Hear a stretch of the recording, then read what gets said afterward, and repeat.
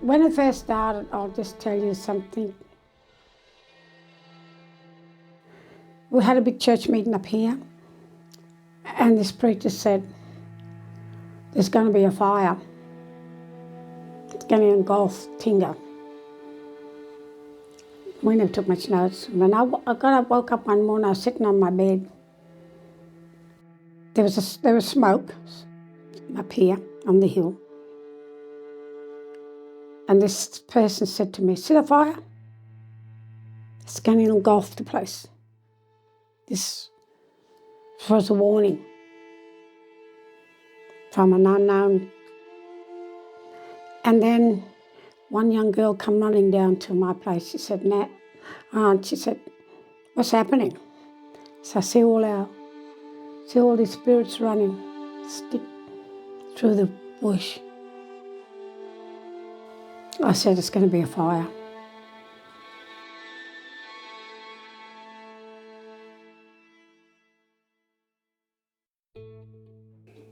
Where to begin, like even with the fires? No, I must start maybe before the fires. Yeah, it was just within the community itself, you could feel there was an unease, I feel, amongst just little Tingha as itself, being a small community, being affected by a lot of deaths and a lot of suicides as well, mainly young suicides, that caused people, I think, just to have that lackadaisical feeling of, I don't care sort of thing. And then if they don't care for themselves, they won't care for the family or the community. The scale of the three major fires has been devastating. In Tingha, more than 18,000 hectares is burned. And then all of a sudden it was just smoke and orange smoke, flames. It was like a war scene, seeing all these choppers and everything coming out of nowhere. You're looking down your little street and it just seems, looks so devastated. That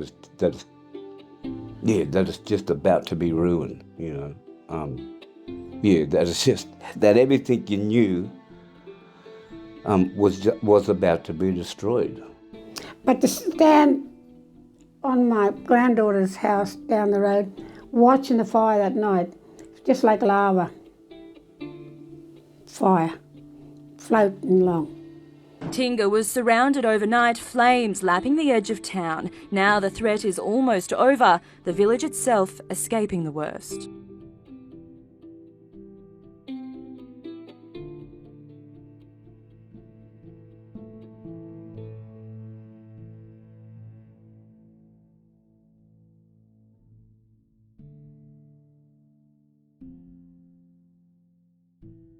And then when you stop to think about it, I know you start shaking, you get that feeling, look, I've come so close to devastation, and maybe didn't even realise, in some cases, how close it was.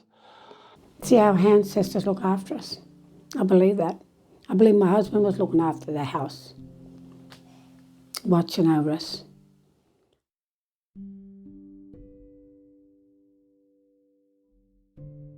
I am Ksani Upward. I am a research assistant for the MRFF Bushfires project with the University of New England. I'm also a PhD candidate, and I have been facilitating the art workshops for this project around Inverell and Tingha.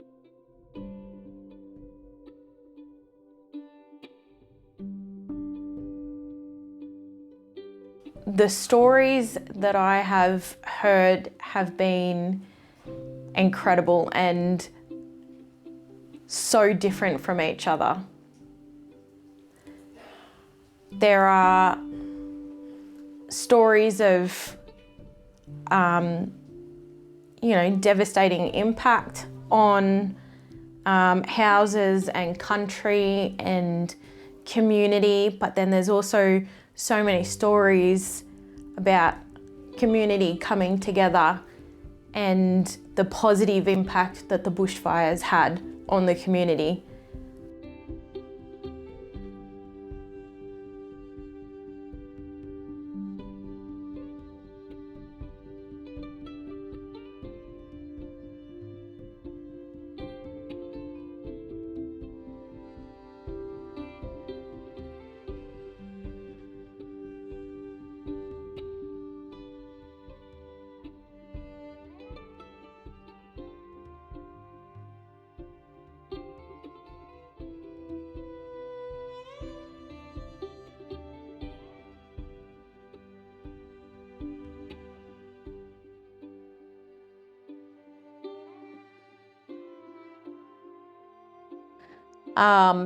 Plus the art is amazing. There have been so many artists that have just come out of the woodworks to, you know, they whip up something that they say is just going to be like, oh, you know, I'll just quickly put this landscape together. And then all of a sudden it is the most incredible picture I have ever seen. And I just can't wait for the art exhibition to come through, because I want the world to know just how amazing these communities are, you know, and to amplify these voices that aren't usually heard or that have been ignored in the past. I think this is really valuable to be able to give them that platform and allow them to tell their stories.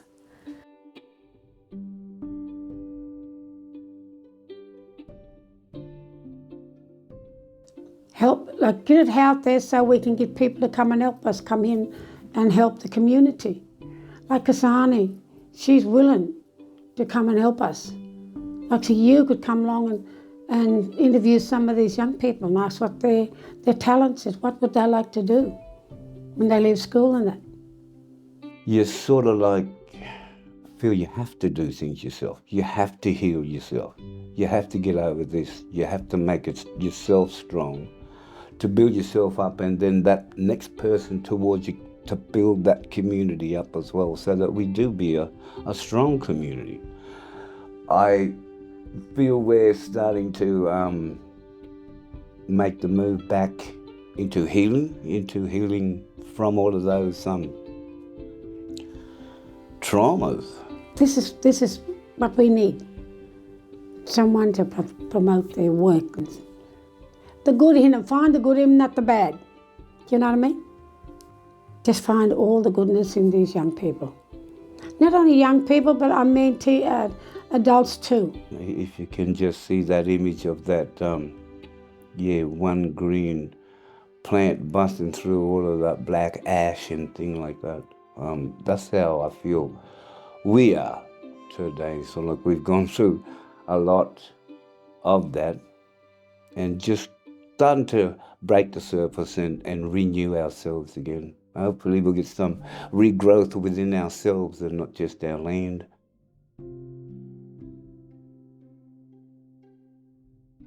Then we can connect again with our land. It would be awesome.